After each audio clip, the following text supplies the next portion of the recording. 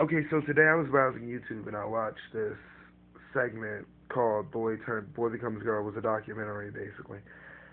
And this boy named Jackie, well, his name was Jack originally, but his parents, he's like 11 or 10 or 11, I think, and his parents allowed him to become transgender. Like, of course, he was already transgender, but they allowed him to express it and come out. And I sat there watching YouTube, and I began to cry because it was like I felt like these ones are the brave people because it took me 17, not 17, because I'm like I didn't know I was always gay, but like okay, I'll say I knew I was gay around 4 or 5. So the rest of that time, so like I'm 17 now, so the rest of that time onward, it took me that long to come out. And this boy here, he is 10 or 11 years old. He's able to not only say like I couldn't say I was gay, but he was able to say point blank, I'm not a boy, I'm a girl. Like to his parents, nonetheless. Like it was easier for me because I only have a mother, but like he has a dad, and for him to be able to say, "Hey, Dad, yeah, I'm a girl," like no, Even though my mom knows I'm gay, I highly doubt that I could still come to her and say, "Oh, mommy, I'm a girl."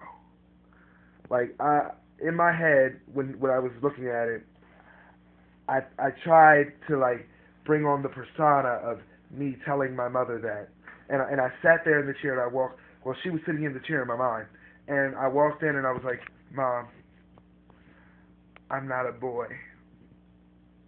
I've never felt like a boy. I'm a girl, and I just can't take it anymore." And I saw my mom getting up from the table and walking over to me, and she would probably look so lovingly, like she was about to hug me or something, embrace me with love and say it's okay. And that same embracing feeling that I would get would turn to pain when she began to take her fists and strike me repeatedly in the face and say, "What? Get the fuck out of my face with that." But I'd be like, but I just think that people who are able to come out at that young of an age and that is just so like that is you are just so brave and you have my utmost respect because I couldn't have done it myself and like I just love the like LGBT community period. It's just beautiful like because to have to go through as much as we went through with like people hating like what what is that?